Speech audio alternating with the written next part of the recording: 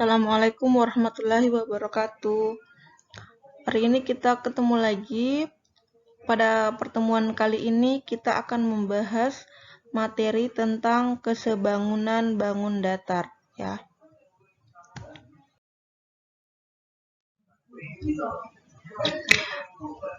Ini penjelasannya ya. Jadi bangun-bangun datar sebangun adalah bangun-bangun datar yang mempunyai bentuk sama dan ukurannya merupakan pembesaran atau pengecilan terhadap bangun datar lainnya. Syarat bangun datar dikatakan sebangun jika memenuhi: yang pertama, sudut-sudutnya bersesuaian. Yang bersesuaian itu sama besar dan sisi-sisi yang bersesuaian mempunyai perbandingan yang sama. Ya, jadi bedanya kalau sebelumnya kita belajar mengenai kekongruenan. Kalau kekongruenan itu dua bangun datar sama, bentuknya sama, ukurannya sama, sudutnya semua sama. Kalau kesebangunan, dia bentuknya sama dan ukurannya itu merupakan pembesaran, atau dia nantinya dua bangun yang sebangun dikatakan sebangun ketika perbandingan dari sisi yang bersesuaian itu sama, ya.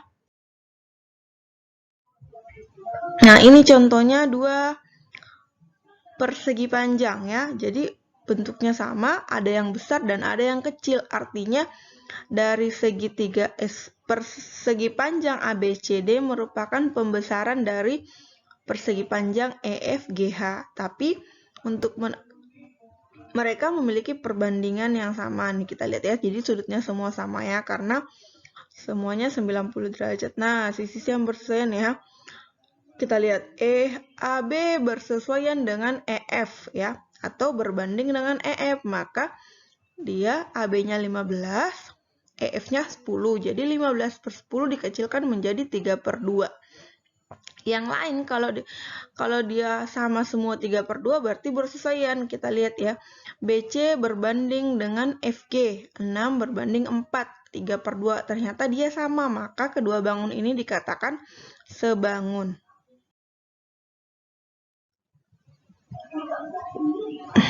Nah, ini contoh soal ya. Perhatikan gambar berikut ini. Jadi perbandingan sisi yang benar yang mana? Kita lihat ya. Kita perhatikan ya. Segitiga PKM sebangun dengan segitiga MLN. Ya, ini Ibu sudah keluarkan segitiga LMN-nya sehingga kita bisa lihat PK akan sebanding dengan LN atau LN berbanding dengan PK MN. Nah, jadi kalau yang di atas mulainya dari segitiga kecil, maka selanjutnya dari segitiga kecil ya.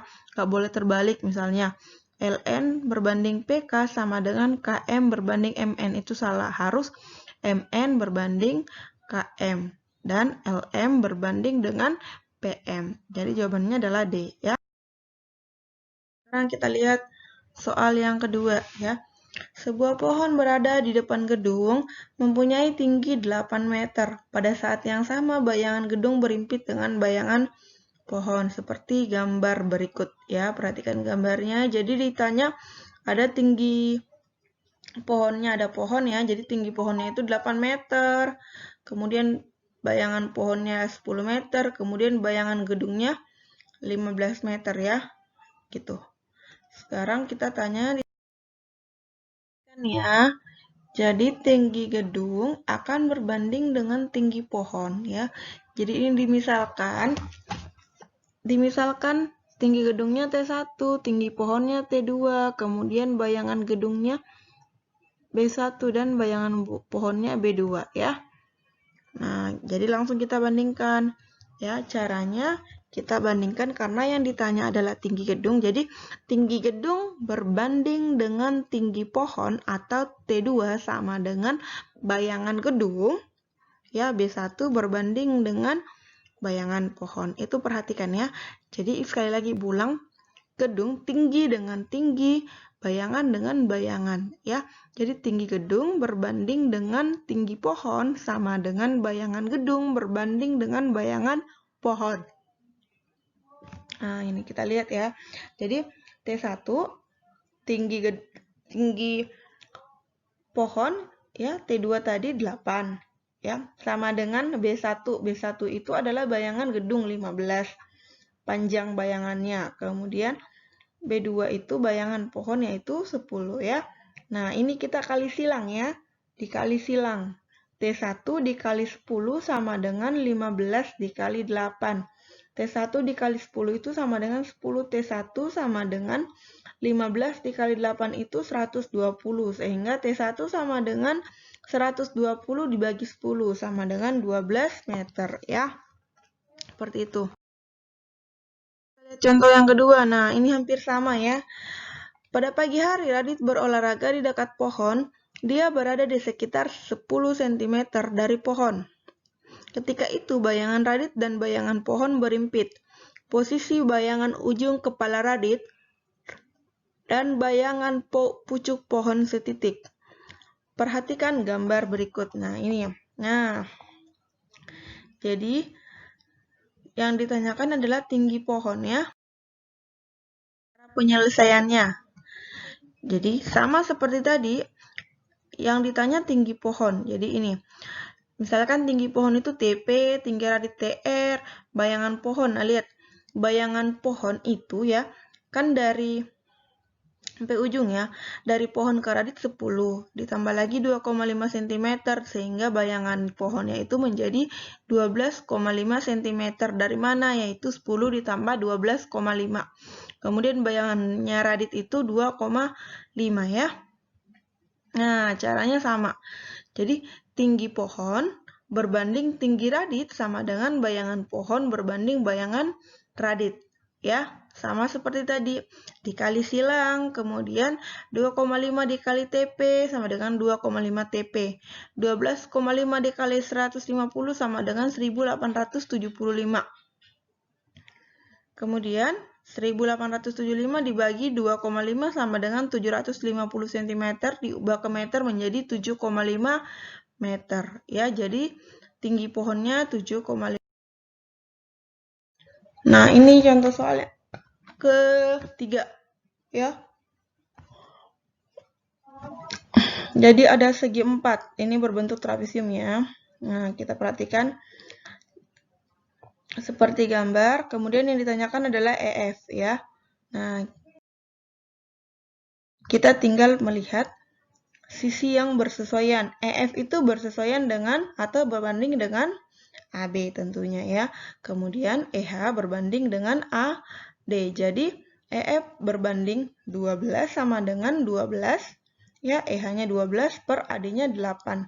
Tinggal dikali silang lagi, sama seperti tadi. 8 dikali EF sama dengan 144, yaitu dari 12 kali 12, ya.